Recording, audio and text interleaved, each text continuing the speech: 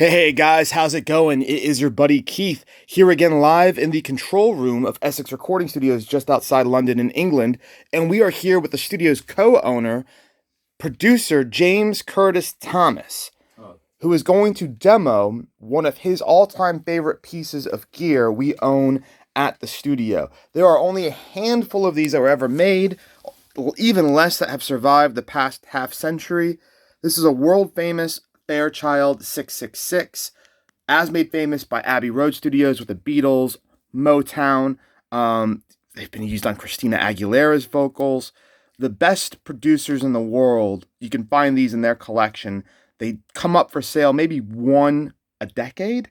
Michael Brauer is famous for having it in his five compressor chain for his Brauerization parallel compression techniques. And James, you're going to show us how you like to use it, or kind of run it through its paces on some drums, I think, here, right? Just to show, demonstrate. It's easier on drums to demonstrate kind of everything that's going on with it, right? Yeah. So, in the previous video, I showed how I like it on bass guitar. And at the end, we ran out of time, but you were trying to drive it, and it gets real funky, real distorted, you can drive it, and it's really funky. What I really like about this unit is the attack and how quick the attack is. So, I'll use it as a parallel compressor on drums, like on a mono source, like a kick, snare, and what have you. So let me just show you. So obviously, that's just the dry drums. Okay. So what I've got here, if I bring it up now, is the compressed drums, and you'll hear super. Oh yeah. I can tell straight away. And the sustain on that snare. Boom. Yeah, listen to that snare. Yeah, it's brilliant. And the kick, you're getting more lowing come through. I'll go back to the original. That's the original. So, very thin. There's no EQ. It's just, that's literally just going through the compressor. And so, all that gnarliness and colour is coming from the drums. So, on the drums on their own, I think this would be maybe a bit too attacky, a bit too quick. However, when you mix them together, which I like to do in parallel compression, it'll make the drums come alive. Listen to the kick and there's no EQ. It's just that on channel 3, and then the dry on Take It Out. Bit boring. Oh yeah, what a difference. Back in. Wow. Vibe. Yeah. Big time. And again, it's adding all that low end, all that low mids, and it's that. And for me, this is a big part of my mixing is parallel compression. Andrew Sheps is huge on it. I've watched a couple of videos, and it makes total sense. And if anything, I think we're making the drums sound more dynamic just by bringing that in. You know, again, you just start popping your head now.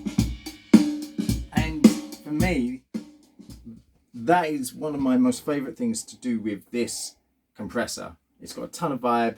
It saturates the top end just nicely. It's got like a de-esser built in, so obviously I suppose that's helping out on the cymbals and the hi-hats and what have you. But definitely that mid-range, and when you're on like the bass guitar, I think I said it's like nose. It's like you can hear more of the note coming through, and the string being plucked, kind of thing. Yeah, and that's. For me, this is where, and you can be super subtle with it, maybe not so much on the kit, but on vocals, bass guitar, and things like that, you know, it can be really subtle and do its job as a compressor. But as I said before, everything we have is used as a tone box, and that's exactly what we're using this for, and it's a unique sound. That's awesome, man. Well, I think you've explained it really well. With the, just going over it one more time on the front here for the second video, we've got the Auto 10. Yep. Auto 10 release, and then we've got our compression and compression release. So what's the relationship between the Auto 10 and the compression? So the Auto 10, the idea of it is, again, I think this goes back to maybe broadcast or more spoken word, is to eliminate or help eliminate some of this pumping we're getting from the compression. Okay. Where the compressor's slamming, so as you bring that up, there you go, you can hear it. Oh yeah. It's now smoothed the kit out. You know what I mean? Take it back off. you know, the attack's back. So that was the idea of that. It was like, so you get, it's almost like 2 compressors in one. That's how I see it. Okay. And it's a great feature, I think so. Because they do say it's also a hybrid, right? Solid state and tube hybrid, opto tube. Unfortunately, I'm not geeky enough to really know what's going on there, but yeah, it's. I think it's great. It's you know, it's like 2 compressors in one. Yeah, it's got a vibe, and I think anyone who uses outboard equipment a lot, like the SSLs, the Neves, the APIs, everything has a vibe. You know, you just I put the bass guitar through the API channel strip as an insert on the console. Right. Just because the way it does something to the bass guitar without any EQ that the SSL doesn't necessarily. And I like that, but it's a vibe box. It's just like a stomp box if you're a guitar player, and that's how we use the equipment in this studio. That's awesome, man. Well, thank you very much for demoing the Fairchild 666, the Devil's Compressor. And if you want to know more, good luck, because there's not a lot of. I think this is the only video in the world. I think you've done the very first video demo of this compressor, which is pretty cool, man. Pretty rad. Yeah, awesome. There's a few articles in forums, a few in books. I think you actually saw a little bit written about it in this book here. Brilliant book. The Great British Recording Studios. Tells you everything. That's awesome. And how they built the studios. And again, you can talk to Michael Brauer, go read up about his technique. This is a critical component of it. Other than that, guys, we got to go. We got a lot of videos to do. Thanks for hanging out. Thanks for checking out some of our gear. We try to have the best gear in the world for our artists. And if you want to record with James, check out some of his work. I mean, James is a phenomenal producer, especially in rock. Phenomenal drummer. And this is one of his killer albums that he's done. He recorded it, engineered it, produced it, did the whole 9 yards, played drums on it. Aaron Buchanan in the cult classics, The Man with Stars on His Knees. Check out the track Morals on that. Pretty epic vocals.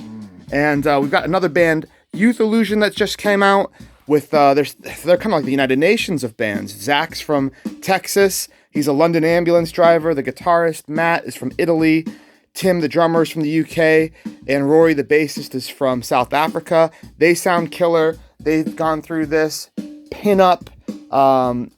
We recorded, we've had Piston in. They're all over the radio. So a lot of really cool rock bands here in the UK have worked with James and gone through this thing. So yeah, check out James at Mixed by JCT on all the social medias, right? Instagram, Face, and it's Curtis-Thomas. That's the only one in the world. So. Awesome. And yeah, thanks for hanging out with us, guys. We will see you later.